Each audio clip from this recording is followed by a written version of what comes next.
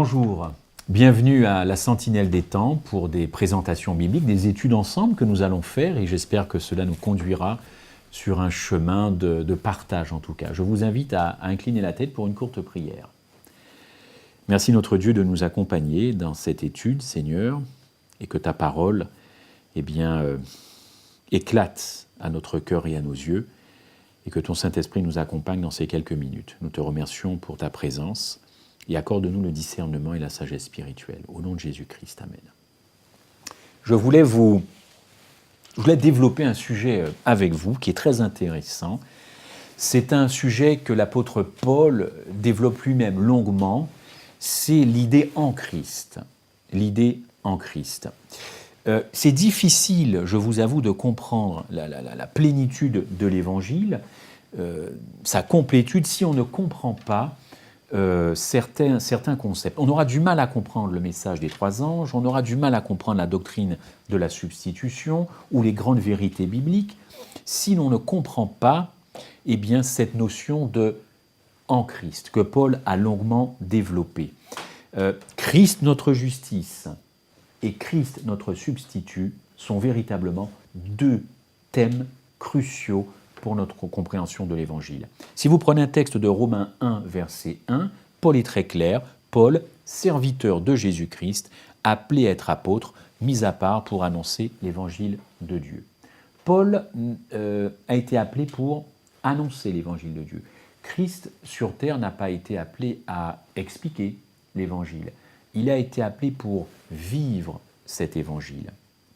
Et nous retrouvons le thème de la justification par la foi dans les épîtres, donc toujours de Paul, dans les Galates et Romains. Mais si on n'a pas compris au préalable cette notion de en Christ, on aura beaucoup de mal, voire de grandes difficultés à comprendre ce qu'est la véritable justification par la foi. En Christ, c'est donc une vérité biblique. Nous la trouvons. Cela évoque le concept de la solidarité. Et au jour d'aujourd'hui, nous pouvons comprendre ce concept de la solidarité. Quand il y a de grandes catastrophes, par exemple, la communauté internationale, comme on dit, développe des programmes d'aide, de secours aux plus démunis, à ceux qui ont tout perdu.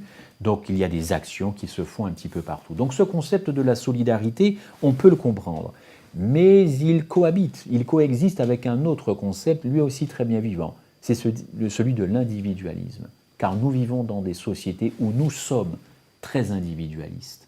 Certes, il y a beaucoup de technologies pour approcher les hommes et les femmes, mais nous sommes profondément individualistes. Alors, ces deux concepts cohabitent, mais la Bible, elle est claire. Elle enseigne ce concept de solidarité. Nous ne sommes pas toujours familiers avec ce concept, mais pour la Bible, c'est très clair, c'est le concept de solidarité. Vous avez plusieurs textes. Nous allons prendre par exemple Genèse 25, verset 21. Nous remontons évidemment dans l'histoire. Rebecca est enceinte, vous le savez, et Dieu lui dit deux nations sont dans ton ventre. Pas deux individus, deux nations, deux peuples. Et un sera assujetti à l'autre. C'est comme ça, et c'est ce qui est arrivé. Puisque vous savez que les descendants d'Ésaü, les Édomites, ont été assujettis aux descendants de Jacob, les Israélites. Ce qui avait été écrit, c'est réalisé. Dieu parle donc en termes d'identité corporative. Un autre texte, Hébreux 5 présente Jésus en tant que prêtre. Et Paul s'adresse à des chrétiens juifs qui sont retournés au judaïsme. Et Paul essaie de prouver que Jésus, en tant que prêtre, était supérieur à la prêtrise lévitique. Alors comment va-t-il s'y prendre ? Eh bien, par l'enseignement de la dîme. Nous savons que Jésus n'appartenait pas à la prêtrise lévitique puisqu'il était de la tribu de Juda. Donc, puisqu'il était donc de la tribu de Juda, il ne pouvait donc pas être prêtre. Alors comment Paul, effectivement, va-t-il s'y prendre ? Eh bien, nous lisons ce texte dans Hébreux 6, verset 20. Là où Jésus est entré pour nous comme précurseur, ayant été fait souverain sacrificateur pour toujours, selon l'ordre de Melchisédek. Alors nous avons deux prêtres, Melchisédek et Lévi. Et la Bible nous dit que Melchisédek n'a jamais payé la dîme à Lévi. Lévi, donc, a-t-il payé la dîme à Melchisédek? Oui, par le principe de solidarité. Le résultat, Hébreux 7, versets 9 et 10. Hébreux 7, 9 et 10. De plus, Lévi qui perçoit la dîme l'a payée par Abraham, car il était encore dans les reins de son père lorsque Melchisédek alla au-devant d'Abraham. C'est le principe de la solidarité.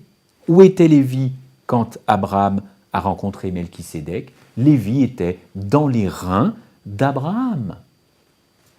C'est pourquoi il a participé, lui aussi, quelque part, au paiement de la dîme, quand Abraham paya la dîme à Melchisédek, roi de Salem.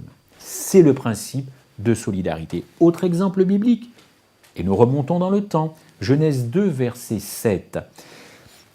L'Éternel Dieu forma l'homme de la poussière de la terre, il souffla dans les narines un souffle de vie, et l'homme devint un être vivant. Or, en grec, l'original nous dit que Dieu souffla en Adam des vies. Donc c'est du pluriel. Autrement dit, la vie que Dieu insuffla en Adam fut la vie corporative, c'est-à-dire de toute la race humaine. Dieu créa tous les hommes en un seul homme, et cet homme, vous le savez, c'est Adam. Si Satan, lui, a ruiné toute la race humaine en un seul homme, Dieu a racheté toute la race humaine en un seul homme, Jésus-Christ. Vous voyez donc cette idée de corporation, une idée corporative. Ça, c'est une merveilleuse idée, encore une fois, que la Bible enseigne.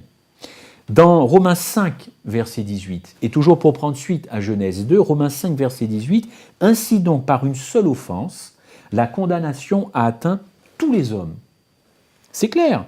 De même, par un seul acte de justice, la justification qui donne la vie s'étend à tous les hommes. Un homme apporte la condamnation, un homme apporte la justification. Un homme apporte la désolation, la mort, Adam. Un homme apporte la vie, l'espoir, Jésus-Christ. Et on retrouve cette même idée de corporation dans 1 Corinthiens 15, versets 21 et 2, « Car puisque la mort est venue par un homme, nous dit le texte, c'est aussi par un homme qu'est venue la résurrection des morts. Et comme tous meurent en Adam, le texte est clair, de même tous revivront en Christ. En Christ. Merveilleuse vérité, merveilleux évangile.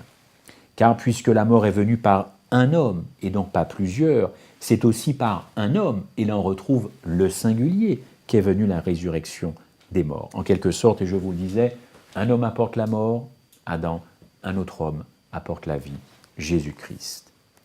Maintenant, ce concept en Christ, quel est son rapport avec le salut? Eh bien, vous avez un texte dans 1 Corinthiens 1, verset 30. 1 Corinthiens 1, verset 30. « Or, c'est par lui que vous êtes en Jésus-Christ, lequel, de par Dieu, a été fait pour nous sagesse, justice, sanctification et rédemption. Or, c'est par lui que vous êtes en Jésus-Christ. » J'ai envie de vous dire que ce n'est pas nous qui nous plaçons en Jésus-Christ, c'est Dieu qui nous a placés en son Fils Jésus-Christ, et lui seul qui nous a placés. Et je vous propose cette citation de Dietrich Bonhoeffer, un protestant qui a embrassé l'Évangile à l'âge de 39 ans et qui a connu la Shoah, Dietrich Bonhoeffer. Voilà ce que dit ce monsieur. « Quand le Fils de Dieu vint en chair, il l'a pris véritablement et physiquement. Il se revêtit de notre propre nature. C'était l'intention de Dieu. Maintenant, nous sommes en lui. Là où il est, nous y sommes aussi. À l'incarnation, sur la croix et à la résurrection. » C'est ce que dit Paul dans Éphésiens. Nous sommes assis dans les lieux célestes avec Christ. Amen. Dieu nous a unis à son Fils afin d'être sauvés. Dans Message choisi, page 250, et vous retrouvez cette idée aux pages 296, le texte, la sœur White écrit « Par son obéissance à tous les commandements de Dieu, Christ réalisa la rédemption de l'homme. Cela ne s'est pas fait en sortant de lui-même pour aller vers l'autre, ce qui est la théologie catholique romaine, mais en prenant l'humanité sur lui. Christ n'est pas sorti de lui-même, il a pris sur lui l'humanité. Il a placé la race déchue sur lui et il a uni cela à la divinité. C'est ça, le merveilleux travail de la rédemption. Mais quel évangile, chers amis, quel évangile, quel évangile. Il faut dire que Christ, que Dieu a réécrit notre histoire, votre histoire, mon histoire. Et ça change tout. En lui, nous nous tenons parfaits. Mais il y a une vérité aussi qui est merveilleuse, que j'ai toujours eu un petit peu de mal à comprendre. Eh bien, une vérité qui découle de cette nouvelle histoire écrite par Jésus-Christ. Nous l'avons dans 2 Corinthiens 5, versets 17 à 18. « Si quelqu'un est en Christ, il est une nouvelle créature. Avant, nous étions pécheurs, maintenant nous sommes justes. Avant, nous nous tenions condamnés, maintenant nous sommes justifiés. » Et cela vient de Dieu et uniquement de Dieu qui nous a réconciliés avec le monde. Cette vérité veut dire simplement aussi que Christ ne nous voit pas comme pécheurs. Il nous voit comme si nous n'avions jamais péché. C'est ça qui est quand même troublant, parce que nous continuons par des actes, par des pensées, par une attitude d'être rebelles à Dieu, il faut le dire. En Jésus-Christ, et nous développerons cela plus tard, Dieu ne nous voit pas comme des pécheurs. C'est vraiment un évangile poussé avec un amour, avec une propulsion incroyable. Comment peut-on ne pas voir quelqu'un tel qu'il est, puisque nous, humains, nous passons notre temps à voir les gens tels qu'ils sont et non pas tels qu'ils peuvent être avec Jésus-Christ. Dieu, c'est l'inverse. Dieu, c'est l'inverse. En Jésus-Christ, avec ce texte de 2 Corinthiens 5, verset 17, Dieu nous a réconciliés. Il a réconcilié le monde et il attend que nous disions au monde que la réconciliation est faite. La réconciliation est aboutie. C'est fait. Et le monde ne le sait pas encore. Dieu n'est pas fâché. Dieu est réconcilié. Il a pris cette initiative. Alors Dieu veut simplement dire aux hommes, cessez votre résistance, cessez d'être en rébellion. J'ai tout fait par mon Fils. J'ai tout fait par mon Fils. Autre aspect de cette notion de « en Christ », qui est plus qu'un concept, que quelque chose de peut-être de tangible, on a du mal, c'est Christ notre substitut. La définition dans le mot substitut dans les différents dictionnaires, c'est quelqu'un qui agit à la place d'un autre, il pourvoit à la place d'un autre. La doctrine de la substitution, elle est enseignée. Et classiquement, il s'agit de dire que Christ, comme second Adam, nous sauve eh bien, en tant que substitut, parce qu'il a vécu à ma place, il est mort à ma place, et donc il a tout fait. C'est l'enseignement classique. L'injustice, aujourd'hui, elle est là, elle est présente. Elle nous fait mal, et le christianisme, lui, passe pour une religion injuste. Pourquoi je vous dis ça? Parce que les autres dénominations religieuses ont du mal à comprendre et à croire qu'un homme innocent soit mort pour des coupables. Comment leur faire comprendre cette vérité? Et tant que nous n'arriverons pas à faire comprendre cette vérité, nous n'attirons pas grand monde. Quelle injustice qu'un innocent meure à la place d'un coupable. Est-ce que vous accepteriez, est-ce que j'accepterais de mourir à la place du véritable coupable? Pas évidente comme question. Si vous avez la réponse, faites-le moi savoir. Eh bien voilà, les courants philosophiques, les autres dénominations ne comprennent pas cela. La Bible elle-même condamne d'ailleurs cette position, puisque dans Deutéronome 24, verset 6, vous avez ce texte, « On ne fera pas mourir les pères pour les enfants, et l'on ne fera pas mourir les enfants pour les pères. On fera mourir pour chacun de ses péchés. » C'est clair, Deutéronome 24. Dieu ne supporte pas non plus l'injustice, lui l'auteur de la justice. Et d'ailleurs, vous avez une illustration. Allez lire ce texte, eh bien, dans 2 Rois 4, versets 1 à 5, vous aurez une illustration de Deutéronome 24, 6. Un autre texte, toujours dans la même veine, Ézéchiel 18, qui est très intéressant. Dieu rectifie dans ce chapitre ce que Israël avait pour habitude de pratiquer. Et il leur dit, mais pourquoi vous dites cela? Pourquoi vous dites ce proverbe? Pourquoi? C'est-à-dire que les enfants payaient pour la faute des parents. Dieu dit non, je ne veux pas de ça. Arrêtez avec ce système. Ne dites plus cela. Et dans le chapitre, Dieu va s'expliquer. Parce que Dieu est un pédagogue. Dieu explique les choses. L'âme qui pêche, c'est celle qui meurt. Mais avant ça, il va expliquer. Au verset 9, il y a la liste des choses qui sont justes. Et à la fin, il est dit, il vivra. Il vivra. Au verset 10, on s'aperçoit que ce père a un fils qui commet des fautes. Et c'est lui qui doit mourir. Au verset 20, c'est la conclusion du chapitre 18. Celui qui pêche, c'est celui qui meurt. Dieu veut rétablir les choses. Et il le dit à Israël, et c'est valable pour nous aujourd'hui. Mais alors avec cela, quand on sait cela, comment Jésus, qui lui n'a pas péché, peut mourir? Nous ne sommes pas condamnés à mourir parce que nous sommes coupables du péché d'Adam. Il faut se le dire, c'est Romains 5, verset 12. C'est pourquoi, comme par un seul homme le péché est entré dans le monde, et par le péché la mort, et qu'ainsi la mort s'est étendue sur tous les hommes, parce que tous ont péché. Ah, on peut très bien me dire, mais il y a un problème avec ce verset. Oui, parce que Paul ne précise pas, parce que tous ont péché, point de suspension. Ce verset a donné lieu à d'innombrables débats théologiques, inlassables, incroyables, une production d'articles, de livres incroyables. On voulait saisir la pensée de Paul. Alors qu'est-ce que Paul veut dire? C'est étendu sur tous les hommes parce que tous ont péché. Est-ce qu'il a voulu dire tous ont péché comme Adam ou tous ont péché en Adam? Et vous voyez où je veux en venir. Alors il faut être honnête. Il faut être honnête. Chacun a défendu sa position, mais seulement que vous choisissiez l'une ou l'autre, cela va vous emmener dans 2 directions différentes. Et attention, parce que ce sont 2 directions différentes qui vont impacter votre communion avec Christ. Ça change tout, ça change tout.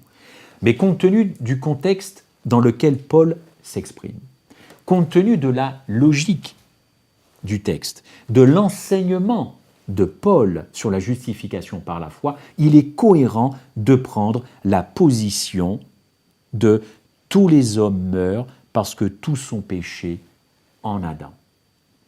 Cette idée en Christ a soutenu la théologie de Paul incroyable, difficile de ne pas voir que ce n'est pas en Adam.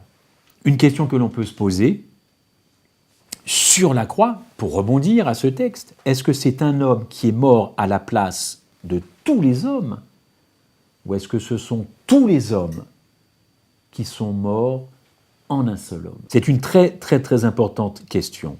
Alors que dit la Bible? Que répond-elle? Que répond-elle à cela? Eh bien 2 Corinthiens 5, verset 14, très très beau verset, très très beau verset. Car l'amour de Christ nous presse, parce que si nous estimons qu'un seul est mort pour tous, tous sont donc morts.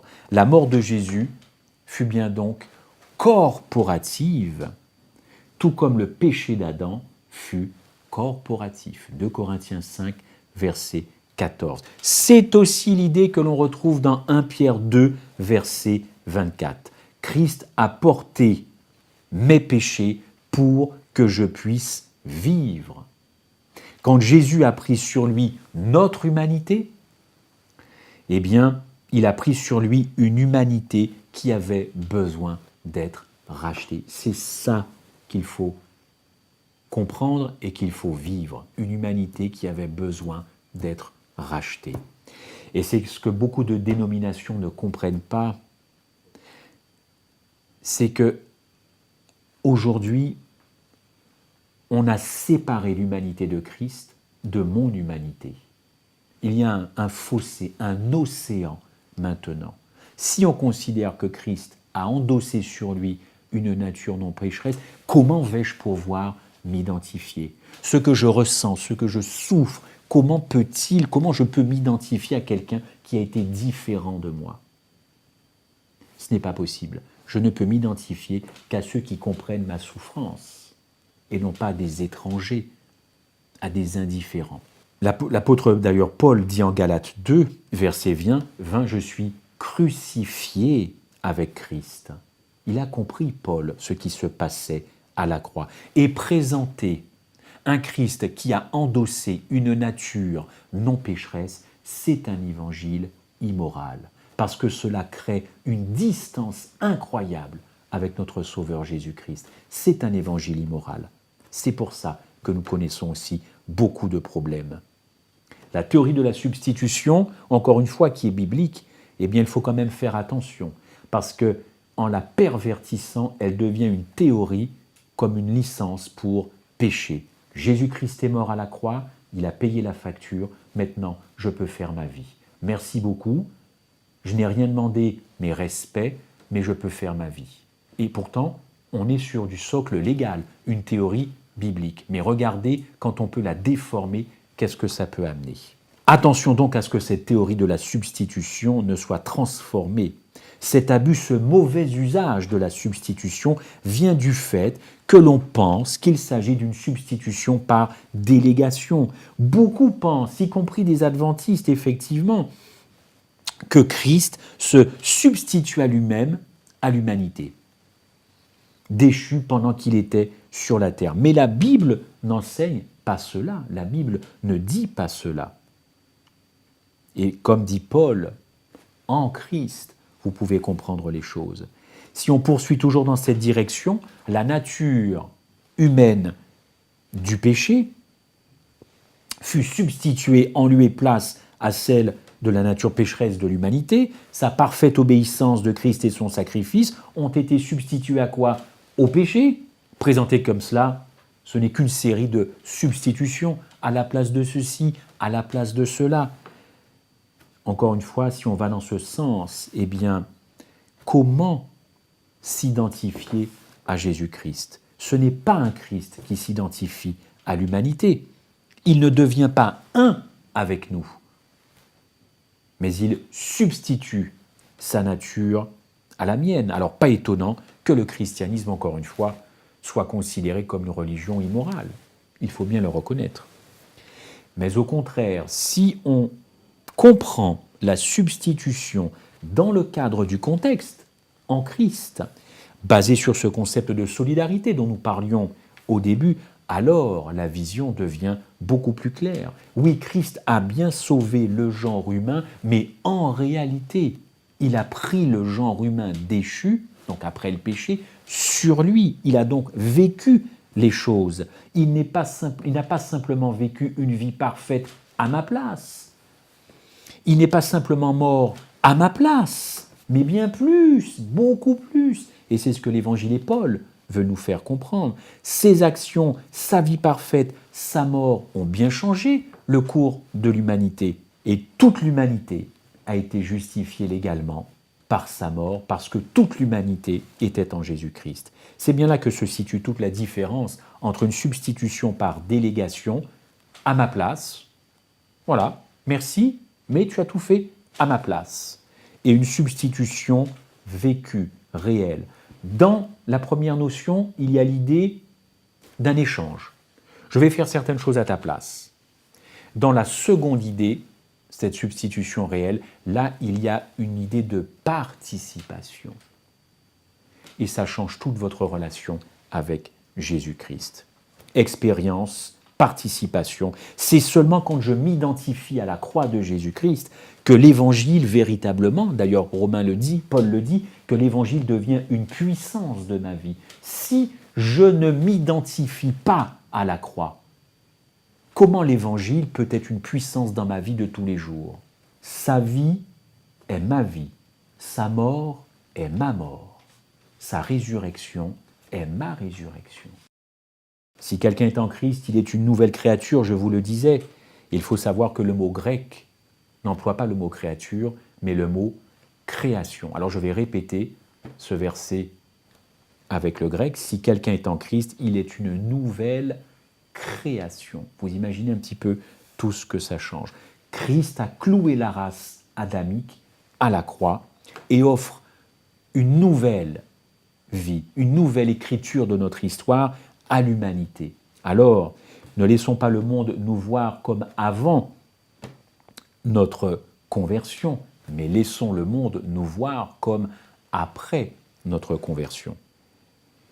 Que Dieu nous guide et nous permette de comprendre cette doctrine de la substitution, non pas comme quelque chose de loin, comme une transaction qui aurait été faite, mais plutôt comme une participation de sa vie sur la terre. Et ce qu'il a fait sur la terre, eh bien, il me dit que je peux faire la même chose. Que Dieu nous aide à comprendre et à nous débarrasser, notamment du péché et de notre vieille nature. Merci.